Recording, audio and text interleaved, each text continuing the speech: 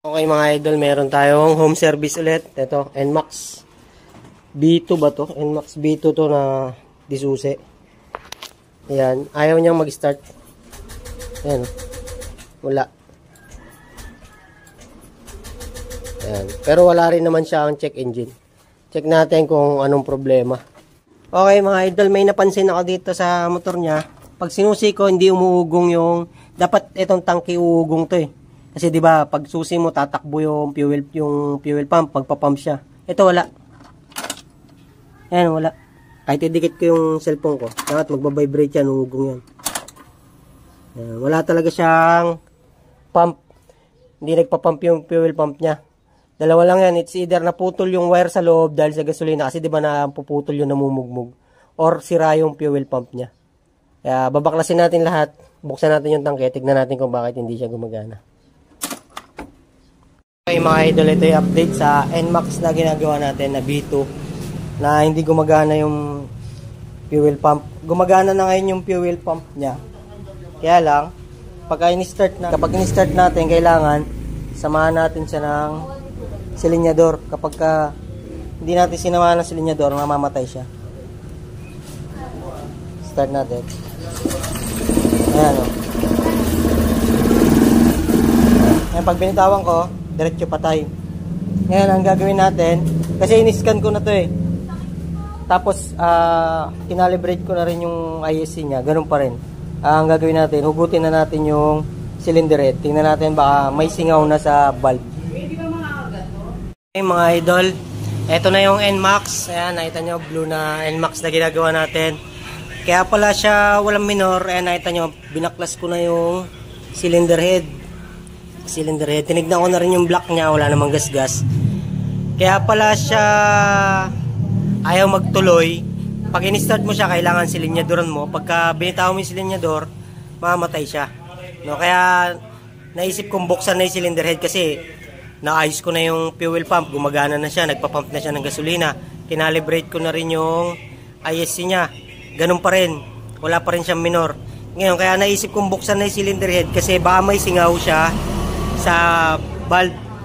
Ayan, nakita ko nga may singaw. Ito, bubusan natin siya ng tubig dito sa ibabaw. Makita nyo, sa ilalim. Ayan, singaw siya. Ayan, kita nyo. Ayan, sumusuka siya.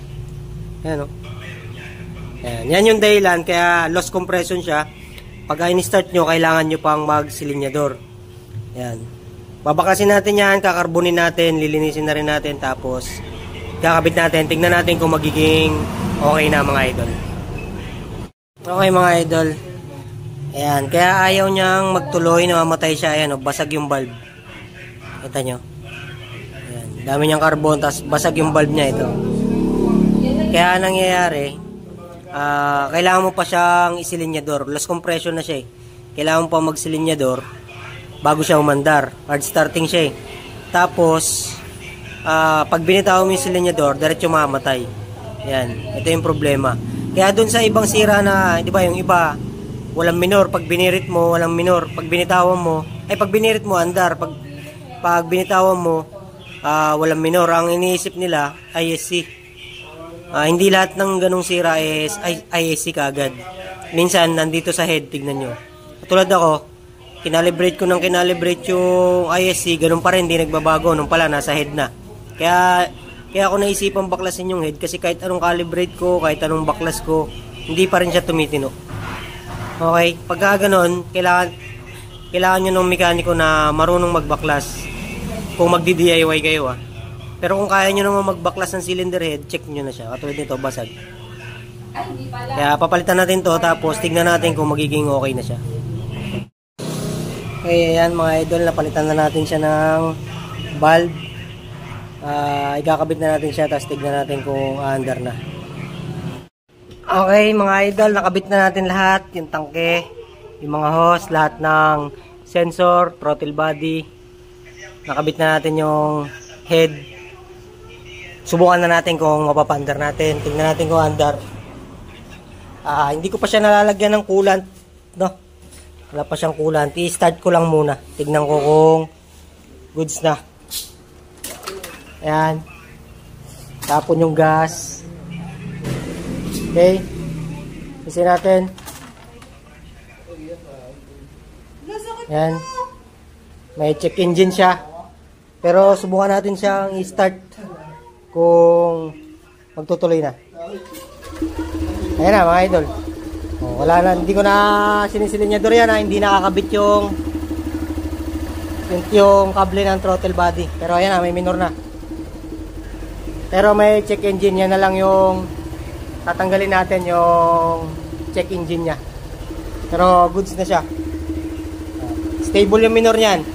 I-scan natin mamaya, tingnan natin kung gaano kataas yung RPM nya. Hindi lahat ng walang minor mga idol, yung no idle, hard start, no idle, eh, hindi lahat ISC. Minsan nasa cylinder head na problema. Tulad nito, una akala ko ISC. Calibrate ako ng calibrate, alang nangyayari. Kaya naisip ko nang buksan yung cylinder head. Doon ko nakita na may basag yung valve. Ayan, stable na siya. Bali, i-scan ko na lang siya, tignan ko parameter, tapos buburahin ko yung check engine niya. Okay mga idol, check na lang natin yung parameter, tapos burahin na lang natin yung check engine kanina. Okay, pasok tayo dito. Pinati si Yamaha.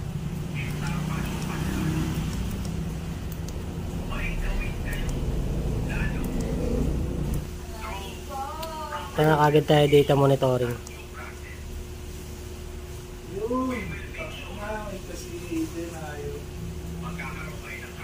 Okay, tagal. Ayan. Start natin.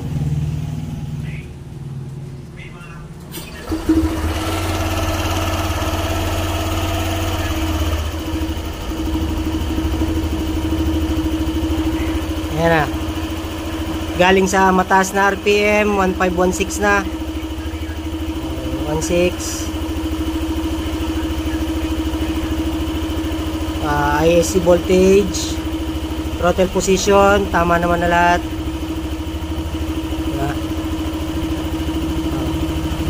Pero may check engine pa rin. Pero dito sa parameter niya, okay naman. Labas tayo dyan. Purahin natin yung check engine niya.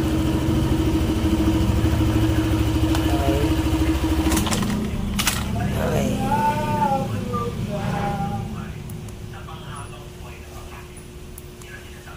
Okay.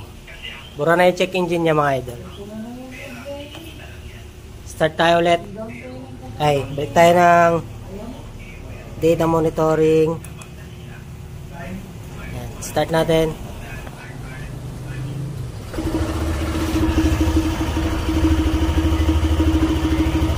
Ayan mga idol.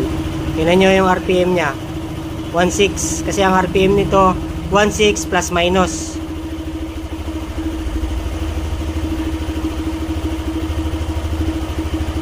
Okay mga idol, goods na.